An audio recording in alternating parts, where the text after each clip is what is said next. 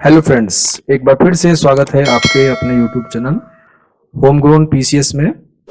आशा करता हूं कि आप अपने घर पे सुरक्षित होंगे, स्वस्थ होंगे और साथ ही साथ आपकी पढ़ाई भी सुचारू रूप से चल रही होगी।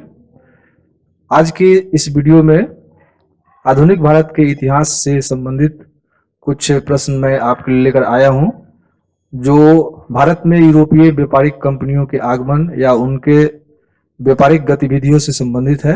और ये इस सीरीज का चौथा वीडियो है। तो आइए शुरू करते हैं पहले प्रश्न से। पहला प्रश्न है, गोल्डन फरमान किसने जारी की थी?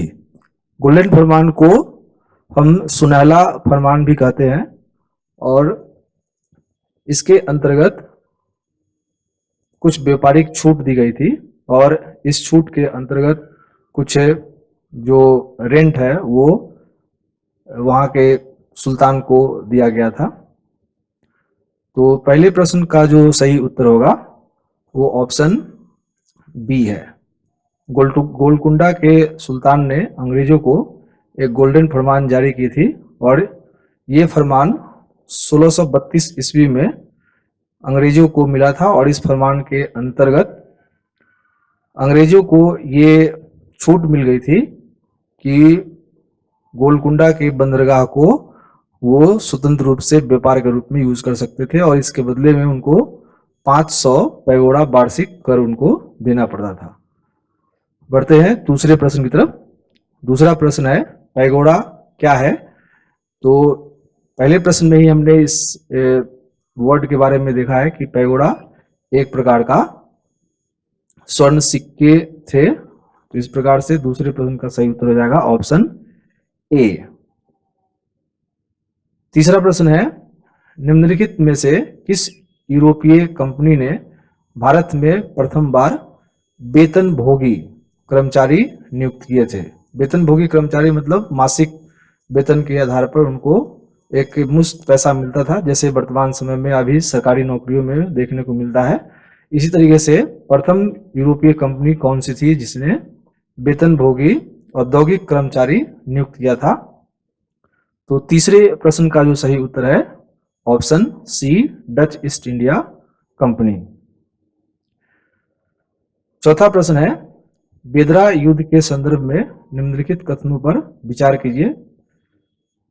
यहाँ पे कुछ कथन दिया हुआ है। कथन ए है, यह अंग्रेज और डचों के बीच में लड़ा गया था।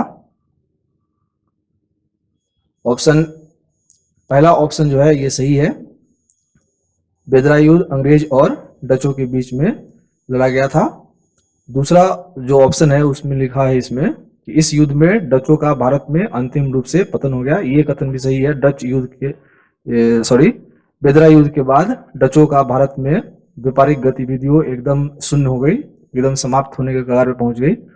और तीसरा ऑप्शन है, यह युद्ध जो था सन 1759 ईस्वी में हुआ था। ये तीन कथन है और तीनों कथन को इस कूट से पता करना है कि कौन कौन से कथन बेदरा युद्ध के संबंध में सही है। बहुत बार ये प्रश्न एग्जामों में पूछा जा चुका है। तो चौथे प्रश्न का जो सही उत्तर है ऑप्शन ए है। इसमें तीनों कथन सत्य है। बेदरा युद्ध अंग्रेज और डचों के बीच में लड़ी गई थी और डचों की शक्ति इस युद्ध के बाद बिल्कुल ही समाप्त हो गई थी और ये युद्ध जो है सन 1759 ईस्वी में इन दोनों शक्तियों के बीच में लड़ा गया था। पांचवा प्रश्न है, अंग्रेजी ईस्ट इंडिया कंपनी के प्रथम गवर्नर कौन था? तो पांचवें प्रश्न का जो सही उत्तर है option A, Thomas Smith. Thomas Smith जो थे वो अंग्रेजी ईस्ट इंडिया कंपनी की स्थापना के समय में उसके गवर्नर थे। बाकी जो यहाँ पे तीन नाम है ये भी काफी इंपॉर्टेंट है, इसके बारे में भी कुछ इंपॉर्टेंट फैक्ट्स देख लेते हैं। थॉमस रो सन 1715 ईस्वी में सम्राट जेम्स प्रथम के दरबार राजदूत के रूप में मुगल सम्राट जहांगीर के दरबार में भेजा गया था। रॉबर्ट क्लाइव जो था बंगाल का प्रथम गवर्नर था और कैप्टन हॉकिंस मुगल दरबार में आने वाला प्रथम अंग्रेज व्यापारी था। ये बढ़ते हैं छठे प्रश्न की तरफ। छठा प्रश्न है, अंग्रेजी ईस्ट इंडिया कंपनी की स्थापना कब हुई थी। यहाँ पे 4 डेट आपको दिया हुआ है, इसमें पता करना है कि किस ईस्वी में इस कंपनी की स्थापना हुई थी। तो अंग्रेजी ईस्ट इंडिया कंपनी की स्थापना 31 दिसंबर 1600 ईस्वी की हुई थी। इस प्रकार छठे प्रश्न का सही उत्तर हो जाएगा ऑप्शन सी, 31 दिसंबर 1600 ईस्वी। इसमें इस कंपनी के अंदर मतलब कंपनी की स्थापना के समय में करीब करीब 217 साझेदार थे और उस व्यापारिक शिष्टमंडल का जो मुखिया था, प्रमुख था, उसका नाम था थॉमस स्मिथ। बढ़ते हैं 7वें प्रश्न की तरफ। 7वां प्रश्न है, मुगल दरबार में आने वाला प्रथम अंग्रेज कौन था। ये पहले भी हम लोग डिस्क्रिप्शन में देख चुके हैं। जो मुगल दरबार में आने वाला पहला अंग्रेज था वो था captain Hawkins. Option B is right answer. 8वां प्रश्न है, भारत आने वाला प्रथम अंग्रेजी जहाज कौन था। यहाँ पे कुछ जहाजों का नाम लिखा हुआ है, इसमें से आपको पता करना है कि जो सबसे पहला जहाज था जो ब्रिटेन से भारत की तरफ आई थी व्यापार के ध्यान से, तो इस प्रश्न का सही उत्तर है रेड ड्रैगन। भारत आने वाली प्रथम अंग्रेजी जहाज का नाम था रेड ड्रैगन। 9वां प्रश्न है, अंग्रेजों ने अपना प्रथम व्यापारिक कोठी की स्थापना की थी। यहाँ ध्यान रखने वाली बात है, प्रथम व्यापारिक कोठी की बात कर रहा है यहाँ पे। तो 9वें प्रश्न का सही उत्तर हो जाएगा मसूलीपट्टनम में 1611 ईस्वी में व्यापारिक कोठी की स्थापना की गई थी। पूर्वी तट पे अंग्रेजों ने अपना जो व्यापारिक कोठी थी वो मसूलीपट्टनम में 1611 ईस्वी में खोला था, जबकि पश्चिमी तट पे 1613 ईस्वी में खोला गया था। और पहली प्रयास जो थी व्यापारिक कोठी की स्थापना का वो 1608 में की गई थी, लेकिन ये प्रयास जो था वो असफल हो गया।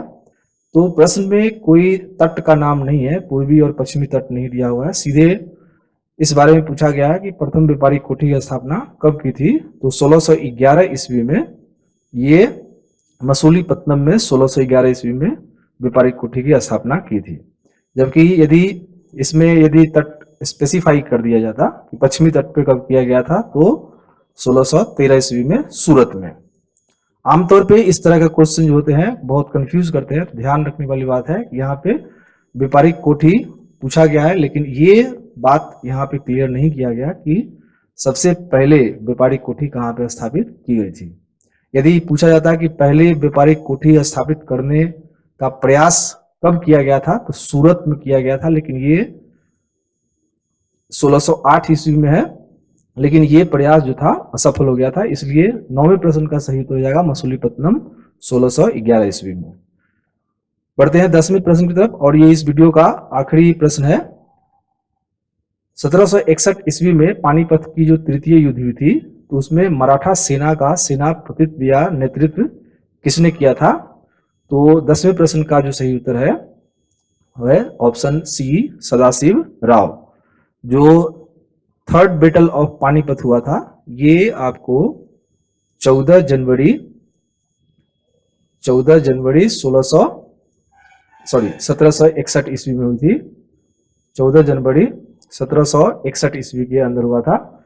इसमें एक तरफ मराठा था, मराठा की सेना थी, और जो दूसरा साइड था उसमें 4 शक्तियां थी, जिसमें आक्रमणकारी अफगान था और अफगानियों का जो नेतृत्व करा था वो अहमद शाह दुर्रानी था। दूसरा जो इसके साथ में थे रोहिला थे, और रोहिला के जो नेतृत्व करता थे नजीब उद दौला थे। जबकि मुगल एम्पायर भी इस युद्ध में शामिल था अहमद शाह दुर्रानी के साथ, और उस समय शाह आलम द्वितीय जो थे मुगल सम्राट थे, और अवध के नवाब शुजा-उद-दौला भी इस युद्ध में शामिल था। तो एक तरफ मराठा था और दूसरी तरफ दुर्रानी, दूसरी साइड से दुर्रानी था। उसके साथ साथ नजीब उद दौला तीसरा जो था शाह आलम, मुगल सम्राट था शाह आलम। और चौथा था शुजाउद्दौला, जो नवाब अवध का नवाब था। इन दोनों के बीच में ये युद्ध लड़ा गया था तीसरे पानीपत के रूप में।